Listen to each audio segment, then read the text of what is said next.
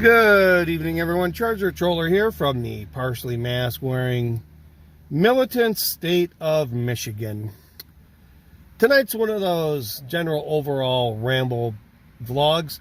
It is a pretty nice evening in Michigan. I have to say it's my favorite kind of night where it's nice and cool.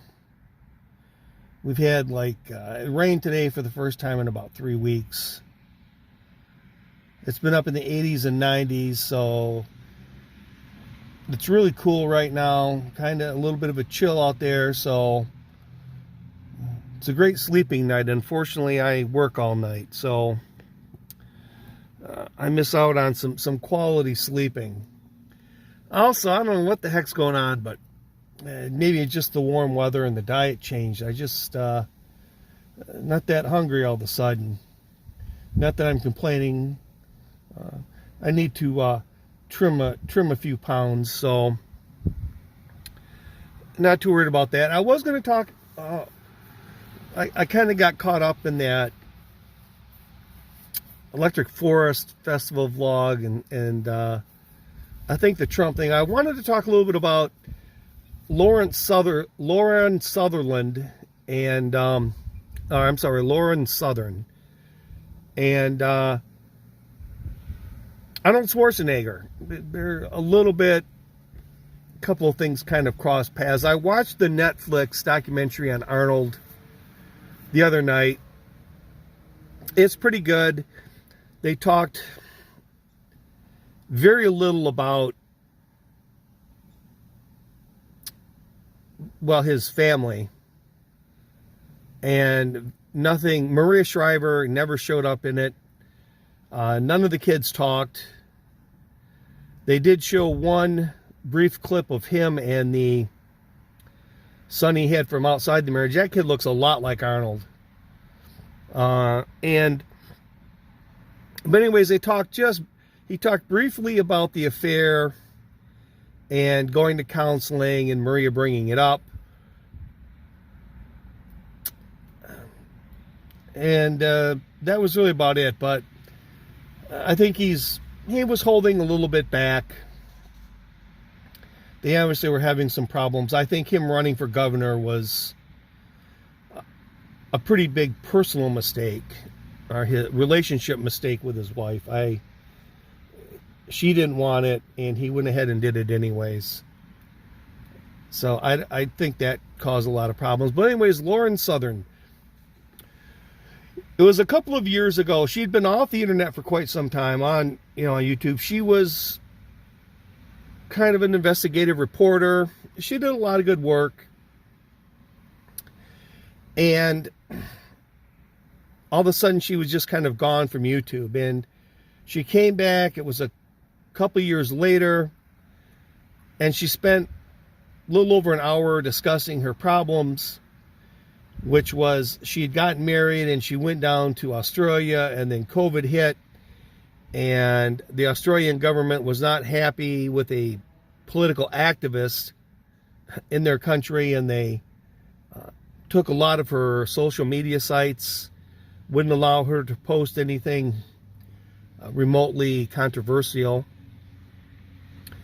And then she finally made it back to Canada. And that's kind of where she left it. I think she's done a few other vlogs since coming back, but nothing. She hasn't really gotten back on YouTube like she was in the past. And then she had another vlog where the first vlog, she was kind of sitting out in the woods when she talked about her plight getting back to Canada and all the problems she had in Australia. So then last week she comes out and she's sitting in the forest again. Which, for when Laura sits in the forest, or Lauren sits in the forest, it's going to be kind of a heavy topic. So she goes on to discuss that it wasn't just the government that was her problem. She ended up in a very bad marriage. And he worked for the government in Australia. He was some type of federal worker, I guess you could say. And then things got tight in Australia or Canada. They were living in Canada initially. He wasn't able to find any kind of work that he deemed meaningful. He went ahead and accepted a job back in Australia. He didn't tell Lauren about it, and basically gave her an ultimatum of, well, we either divorce or you come with me. And then once she got down there, he was having second thoughts about the marriage because, God forbid, his friends find out who he's married to. Which, I mean, Lauren's a pretty hot chick. Yeah, I would be ashamed to be married to a hot chick.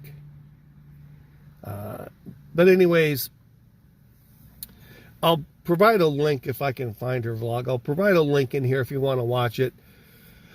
And, of course, it's obviously all one-sided. It's all Lauren's side. But the one thing that, she was down in Australia. She finally sort of got a chance to come back to Canada because a couple of her relatives were not doing well. And he basically told her, well, if you go, don't come back. And so she left anyways, and then she barely landed in Canada, and he wanted a divorce. Like I said, it's all one-sided, but there is one thing to the story, if true, and that is this guy, they have a child, and this guy wants nothing to do with the child. Now, if that's the case, even if all that other stuff that Lauren had said turns out to be false, except for the fact that he doesn't want to see the kid, the guy's a scumbag. The guy's a scumbag. So, even if he was the nicest guy in the world, and it didn't work out, and then after she leaves, he doesn't want to see the kid, he's a scumbag. Anyways, I'll provide the link in there. So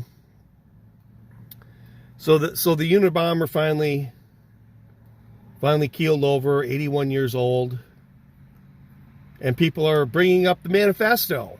I did have it. I was going to read it and vlog on it a long time ago, but I just never did. But it was just so fascinating, sort of about his industrial revolution theory and technology. And I was reading a little bit of an article, sort of an obituary thing last night, and they were bringing up some excerpts from his manifesto, and that's the far left has to create problems in order to keep themselves relevant. The right, they can't say much because they're all about capitalism and advancing technology. And he said, don't worry about the people that are out in front of the cameras making all the noise. It's the ones that aren't saying anything. The sneaky little bastards behind the camera, that's the ones you have to worry about. So I was kind of thinking, oh, geez, what's being a little bit cynical, going, you haven't really heard a lot from the squad lately. Nothing from Talib and AOC. And I can't think of that other one, the one that married her brother. But you don't hear anything about them or from them.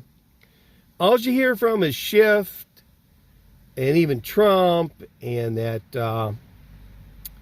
I can't think. All the commission one, basically Jim Jordan, and then Lauren Borbett and Marjorie Taylor Greene. Those are the ones that are making all the noise. So we're going to have to keep an eye on the ones that are staying quiet, that aren't saying much. Those are the ones that we're going to start worrying about, start keeping an eye on. So with that, I got to get to work. This is Treasure Troller saying aloha and good day.